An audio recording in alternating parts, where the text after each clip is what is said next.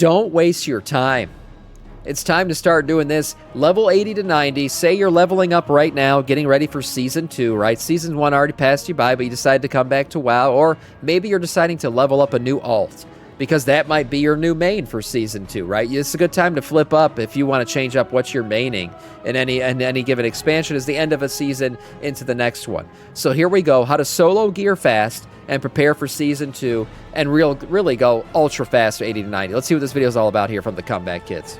Okay, Season 2 is just around the corner. With all the exciting brand new additions coming to the game, like class buffs and changes, a new raid, a season of Mythic Plus and PvP, right now is going to be the perfect time for you to prepare a brand new character or finally get caught up into Midnight. So in today's video, we're going to be breaking down as quickly as possible how to catch up and prepare for Midnight Season 2 in little to no time, completely solo. That includes leveling as fast as possible, gearing up completely solo in a matter of just hours. And to prove to you this works, I'm going to do it on a fresh level 80 character from last expansion. But before we do, a quick word from our sponsor. You know what's wild is the older I get, the more I realize how easy it is for my money to just disappear without me noticing. Between subscriptions, random charges, business expenses. You should get married, it gets even worse. To add up, and that's honestly why I've been paying way more attention to where my money's going, and that's why I'm excited to talk about today's sponsor, Rocket Money. I started using Rocket Money recently, and you got to figure out how to do financial financial management. Was just how many subscriptions I had running that I just completely forgot about. I ended up canceling 2 subscriptions I wasn't even using anymore that were costing me way more than I thought they were worth. On top of that, I actually caught a company charging me for stuff I literally never even received, which saved me over $100 just from catching it early. Damn. What I love about Rocket Money is that it gives you one place to see everything happening with your money top to bottom. It tracks subscriptions, organizes spending, helps you create budgets, and even catches stuff you normally wouldn't notice until way later like it did for me. And when you're busy in your adult life, like I'm sure all of you are, saving time and money is one of the best things out there. So if you want to get a way better handle on your finances, go to rocketmoney.com/comebackkids to get started for free. You can also scan the QR code on screen or click the link in the description below. I promise you guys, this app is literally life-changing within like 20 minutes of using it. If you want to save time and money, use Rocket Money. Huge thanks to Rocket Money for sponsoring today's video. Now, let's get back to the content. All right, let's do it. Starting today, the big one is the brand new Turbulent Timeways XP buff. With Turbulent Timeways active, once you run 4 time-walking dungeons, you'll build up to a 30% XP buff, which is massive for leveling. And on top of that, you're also getting currency for the event, which you can spend on cosmetics, mounts, toys, and other rewards. So when you combine the Turbulent Timeways with a bunch of your other stuff, you're going to fly through these levels very, very quickly. So after you get that going, you want to make your way over to the brand new Midnight Zones. And from here, your first goal is very simple. You want to quickly travel through all 4 zones. Rat Bull coming in with the 3 months in a row. Thank you so much for priming, man. I appreciate that. Death Knight of our Scourge. And complete all of the delves, and make sure you pick up the quest at the start of each delve to complete. The important part is do not turn in these quests yet from the delves. You just want to pick them up, complete them, hold on to them, and save them for later, because we're going to bank that experience and use it to skip some of the hardest levels near the end to skip the grind entirely. Each delve That's right. I think those delve quests, they increased it by a ton in terms of XP you get. So take around 3 to 4 minutes to complete. So in total, this should take you roughly 45 minutes. And if you do everything properly later, this can end up giving you somewhere around 4 to 5 levels of experience in about an hour's work. From 80 to 90, there, you have a fast, couple of different options depending on what you actually want for your account. If you want just the simplest turn off your brain option, just go to the brand new world tier zones and just start doing world quest and outdoor content out there. You'll get a ton of experience very quickly, and at the same time, you'll start farming out field accolades, which are going to be very useful later when you start buying catch-up gear. That is the easiest turn off your brain route.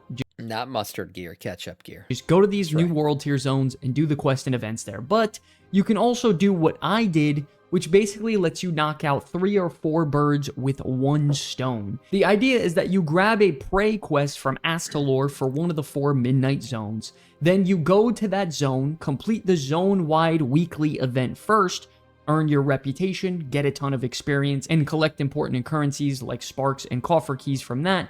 And then after that, you complete your prey hunt in that same zone, which gives you an instant teleport back so you can grab another prey quest and simply repeat the loop. So for example, Travel I activated my efficiency. prey hunt for Herondar. I went over there, I completed the Relic Zone wide weekly quest for, reputation and a huge chunk of experience, and then I finished my prey hunt as quickly as possible by doing the prey objectives, a couple world quests, and whatever else lined up nearby. I took the portal, and then I'm rinse and repeating. With this route, you're not just leveling very, very fast, you're also progressing your entire account by earning Midnight Reputation, you're progressing your Prey Reputation, you're collecting useful currencies for your character, and getting your character ready for Season 2 all at the same time. That's what makes this so good. You're not just grinding for XP just for XP, you're leveling while also building power, reputation, currency, and account progress all at once. So doing this across all 4 zones took me around 15 to 20 minutes per zone, and by the time I wrapped up, I was around level 86. From there, your leveling journey is pretty much done now. Once you're around level 85 or 86 or higher, and you still have all of your XP bonuses still active, you can now finally go turn in all of those delve quests you've been holding on to.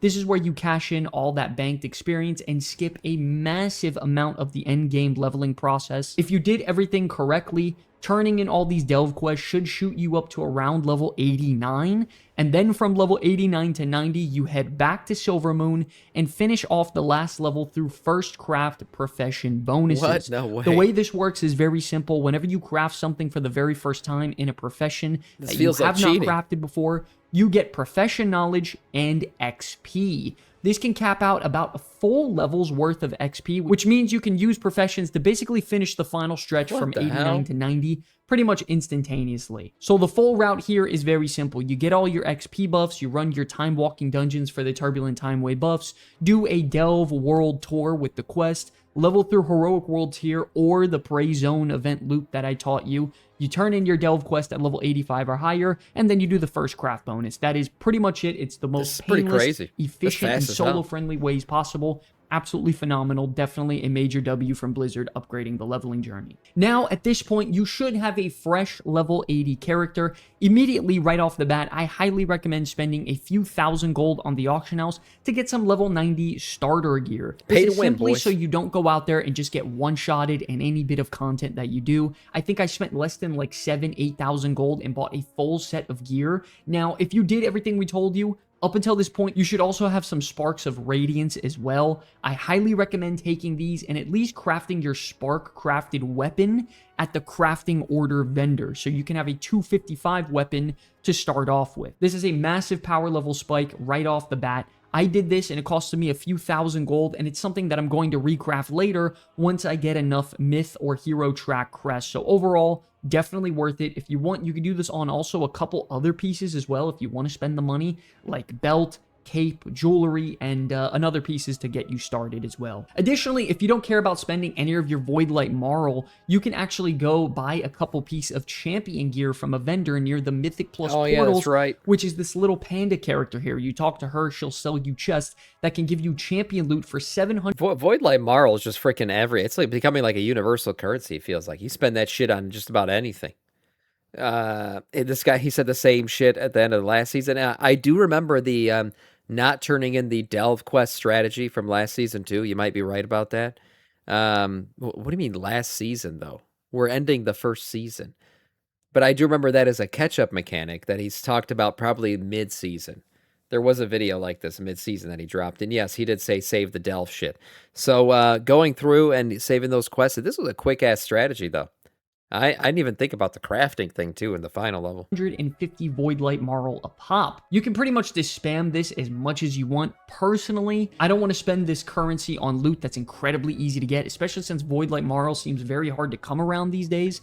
So I'm personally just going to save this, but if you want to spend Voidlight Marl is still going to be a thing in the next season. So yeah, it might be. Yeah, I prefer to save for the next patch. Yeah, I think a lot of people would rather just save it. But if you get desperate, you can buy one of those chests. You can do that as well. From here, you definitely want to go to Decimus in the Netherstorm and start stocking up on some Void Cores. This is the bonus roll loot system that was introduced you got to do this patch, too. where pretty much anytime you finish a bit of content, you could roll for bonus loot and get a guaranteed piece of loot to drop for you, which is pretty phenomenal. I bought 6 of these total just to start.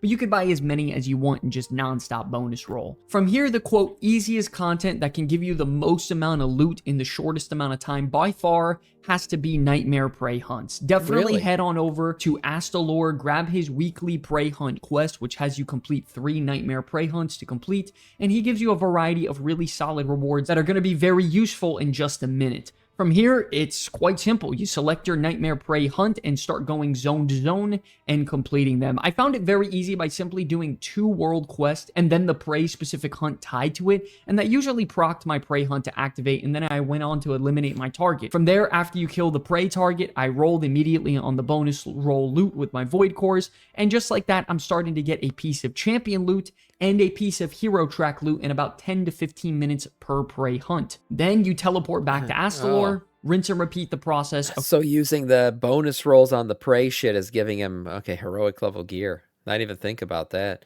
Wasted cores on world content. Yeah, but is he really there's so many. I mean, you can get 20 of them. And this is, again, a solo grind. You got to remember that. So he's not going to do Mythic Plus. He's not going to do raiding. Again, this guide is like basically how to solo grind and prepare yourself for the next season. So you got to take that into account, Hatsutu. I agree. I mean, if you're going to do raid or Mythic Plus, of course, save your void course for that and do it there. But he's not going to do that. So that's why he's using him on prey. Across all 4 zones. From there, you turn in your weekly prey hunt quest and you get the Beacon of Hope, which is going to be very useful inside of Delves when we get a free piece of hero track loot in just a second. So simply from just doing a world tour of Nightmare Prey hunts, I was able to get 4 pieces of champion loot, 4 pieces of hero track loot, a ton of crest, coffer keys, and reputation with the prey system, making it incredibly worth our time. From this point, you should have enough power level to now head inside of Delves. If you want the easiest route possible, I highly recommend speccing as a tank or a healer and setting up your Valera as a DPS with these specific curios to just go around and she'll pretty much just beat the shit out of everything she encounters. Of course, you're going to need these curios and some decent item level on your Valera, but nevertheless, Valera is absolutely broken in Midnight Season 1 if you set her to a DPS with these curios, and she'll pretty much just carry the entire thing for you. Now, if you find Tier 11 Delves too difficult, that's no problem. You can simply just crank it down to Tier 8 Bountiful Delves,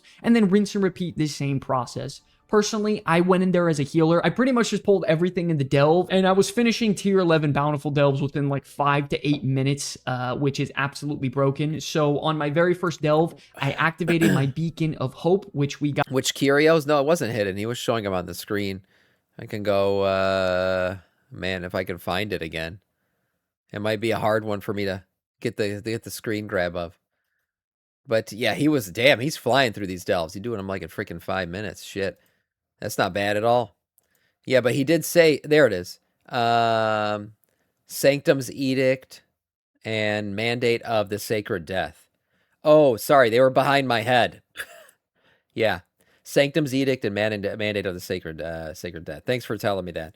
I didn't realize I was covering that shit up with my wonderful face. Everything in the delve, and I was finishing Tier 11 Bountiful Delves within like 5 to 8 minutes, which is absolutely broken. So on my very first delve, I activated my Beacon of Hope, which we got from our Prey quest line at the Hearthstone checkpoint. I defeated the mobs there. I earned a free piece of champion loot from that, and then I got my bounty map. When you activate this bounty map in a Tier 8 Bountiful Delve or higher, you get a guaranteed hero track piece of loot at the end of your delve. So I activated it, I defeated the last boss as well as bonus rolled, and that means on my very first Bountiful Delve, I earned 2 pieces of champion track loot and 2 pieces of hero track loot, all in less than 10 minutes. Not only that, because I'm completing these higher tier Bountiful Delves, you're gaining a bunch of currency that you can spend at the Ethereal at the end of the delve for a chance at some really nice loot, which in my case, I bought a hero track piece shield, which was absolutely invaluable for me at that point. So from there, I just finished doing my Bountiful Delves in the other 3 zones, and I ended up getting a ton of loot, and my character power finally got to a point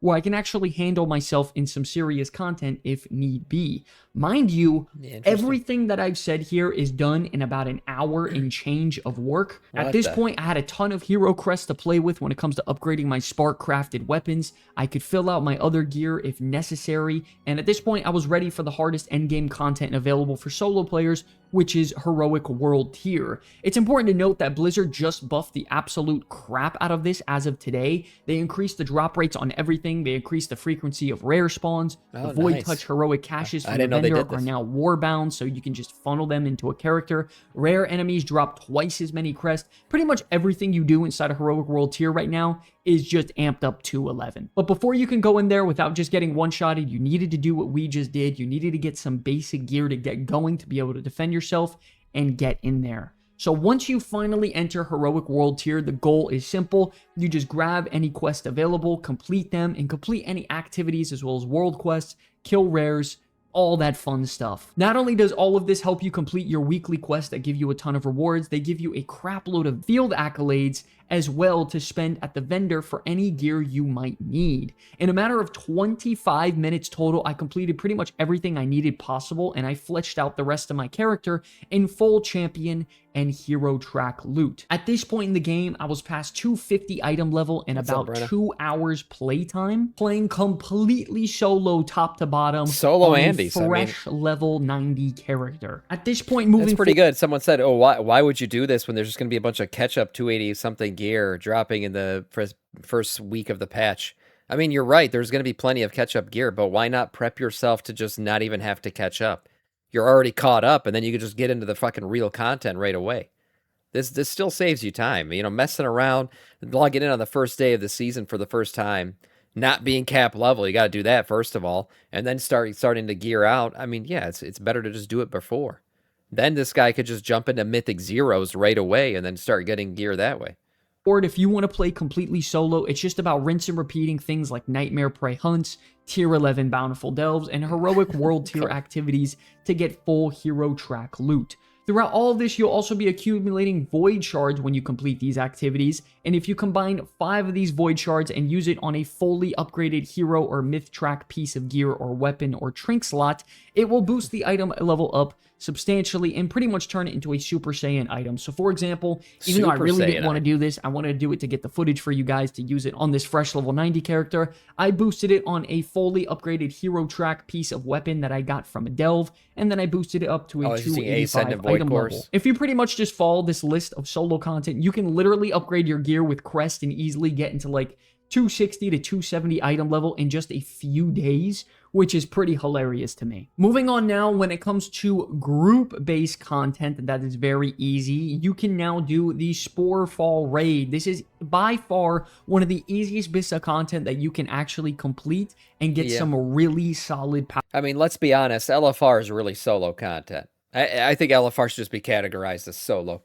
I mean, you just walk in there and you just press a couple buttons and the boss goes down after a while. You don't talk to anybody, the game groups you up, and you don't really do much. So, yeah, if he gets into this and everyone's like, wait a minute, I thought this was all solo content. Shit, man, LFR is basically solo content. Powerful loot. This is the new raid that was added this patch. It's a one-boss raid, and the loot inside of here is technically, and I quote, called Spore Fuse, meaning that it has enhanced item level. So if you do this on LFR, it will give you 259 gear, normal will give you 272, and heroic will give you 285 gear. I'm not gonna lie, all of these are very, very straightforward and easy encounters. Like, the boss mechanics in here are probably on the same level of like Wrath of the Lich King boss mechanics. Of course, you'll have to get into a group or either form one yourself, but when it comes to doing not an the LFR, easiest man, content there's for the like no highest real reward mechanics in LFR. instantaneously, Sporefall is one of the easiest ones out there for sure. You could also just continue to farm Heroic World Tier content, but with a full-fledged party of 5. There are a ton of people out there looking for a group that are searching for groups to go out there, kill rares, do the world quest, and just generally collect things and have a good time out in the heroic world. Really cool. Yeah, you definitely don't have to do that that last bit that he said to gear out. I mean, just freaking keep doing Heroic World Tier, you'll get geared. Content, literally an underhand pitch when it comes to getting gear. doesn't get much easier and more fun than this. It's a lot more fun than doing Mythic Plus or farming content completely solo, so I highly recommend doing it. And then if you don't care about any of that at all, you can literally just buy all of your Void Cores and go right into Mythic Plus 10s and just spam bonus roll this as much as possible. Yeah, Not only that's does definitely this not give you solo a chance content at right a there. hero track piece of loot at the end of every dungeon, it gives you 16 Myth Track Crest. But this is And it the also obvious gives way you to a gear out. guaranteed Myth Track piece of gear every time you complete it when you use your bonus roll. And with how easy Mythic Plus 10s are right now and how many good players are doing them, it is beyond trivial and very, very straightforward if you want to dive into some group content to get some instantaneous Myth Track loot. So when it comes to gearing, yes, you could just do all of this and you'll have more than enough gear to be fully prepared for next season in literally just a couple gameplay sessions. Now, when it comes to preparing for next season, you also have some other bits of content to complete that isn't fully revolved around player power. Now, I did just release a video about this top to bottom in depth on pretty much everything you could possibly do to prep for next season. So go ahead and check the link down in the description below. First and foremost, you have all of your Midnight reputations that you should level up to level 20. This includes the Amani tribe, the Singularity, the Harati, Man, I have and not the done Silver any of Moon these. Court. These are all very easy to level up. Just simply grab your weekly quest from Silver Moon and do the weekly events out in the world like we did earlier, like Abundance, the Soiree event, or the Tower Defense Singularity event, and you should have it leveled up in no time. All of these contain a bunch of really cool rewards and cosmetics, toys, reputation rewards, housing decoration items, mounts, you name it. It's just a ton of really cool stuff for the reputations of Midnight WoW, which is really fun. Also, the first 4 Bountiful Delves that you complete will also give you some reputation tied to each of these renowns, so it's very valuable to do these Bountiful Delves every week to also gain your reputation for this. Not only that, you'll also level up your Valera for doing these Bountiful Delves very easily to make it easier for next season to increase her power, which is going to be very, very critical. Additionally, you have all the new cosmetics that came with the Heroic World tier that you can spend your field accolades on. This includes a ton of cosmetic sets like weapons and armor, and then you also have some secret mounts that you can get by completing some achievements. I'll leave the link also for this down in the description below so you guys can find it. Not only that, you also have your Ritual Site cosmetic rewards you can purchase as well from the vendor in Silvermoon. This is like the HD Tier 2 remastered purple variants of all these sets, which look really awesome. Not only that, you also have all the mounts as well that you can collect from Ritual Sites. And once again, a few of these mounts are pretty secret and complicated to get, so I will leave the link down in the description for this all the below, purple boy mounts, as well as you can click on screen here for that also. Additionally, I highly recommend, and I find it very important, that next patch we're going to be getting a complete reset on our profession talent tree if you want, and get all of your profession talent points back. So I highly, highly recommend to continue farming out some points on your profession orders and getting that knowledge going. Because this can be an amazing chance for you to completely rework how you make your gold on your account. I know there are a few characters on my account that I'm dying to respec on, so definitely make it a priority to continue getting your profession knowledge and get this going. Additionally, what goes hand in hand in this is do your best to collect the Shards of Dun every single week for your weekly abundance event, because you need as much of these as possible to get your epic profession crafting tools, which can help make some more gold as well. You take these Shards of Dun, you go complete the abundance events, and then you buy the crafting materials needed for your epic tools at the vendor right next to it. And then finally, ladies and gentlemen, make sure to keep up with your Omnium Folio, because this is player power that's going to constantly come back through. Definitely this. Somebody recently commented on one of my videos saying, I'm not going to really play until Season 2. And my only advice to him was, yeah, that's fine. You could do that. You don't have to play until Season 2. The one thing I would tell you is do your Omnium Folio quests. Like, wait 2 more weeks, and then you'll be able to do them all at once. Just log in one day and do all the Omnium Folio shit, because this is the one thing that's going to carry through the entire expansion. There's nothing else you really need to do in Season 1 to play Season 2. But I would say having this, you probably would do on it, because you're going to have to waste time doing these quests once Season 2 starts if you haven't done them. So this is the one thing I would tell anybody. Hey, log in the week before the Season 2 starts and do these quests throughout the expansion. And of course, free power is something we all desperately want in World of Warcraft. But yes, ladies and gentlemen, that is going to wrap up this video on how I would fully prepare for Midnight Season 2 if I was to hop in the game right now. Not only can you do it all pretty easily, completely solo, you can do it in literally just a couple gameplay sessions. So definitely get on out there, go fully prepare. I want to thank you guys so much for watching this video. I'll see you in the next one. Peace. Hey everybody, thanks Nice. for watching. If you enjoyed the content, consider subscribing or check out one of the videos you see on screen here to stay up to date on all things Warcraft. My name's Sky for the Comeback Kids. It's an absolute pleasure to make content for you all. I'll see you in the next one. Peace. Nice video overall from the Comeback Kids. Good one, and yeah, a good way to prep basically for Season 2. Like I said, whether you're prepping another alt that you want to play or prepping a new main, this is a good way to do it. And man, it's so fast. What the hell? This guy freaking leveled up in like 2 minutes. Nice video overall, though, from the Comeback Kids.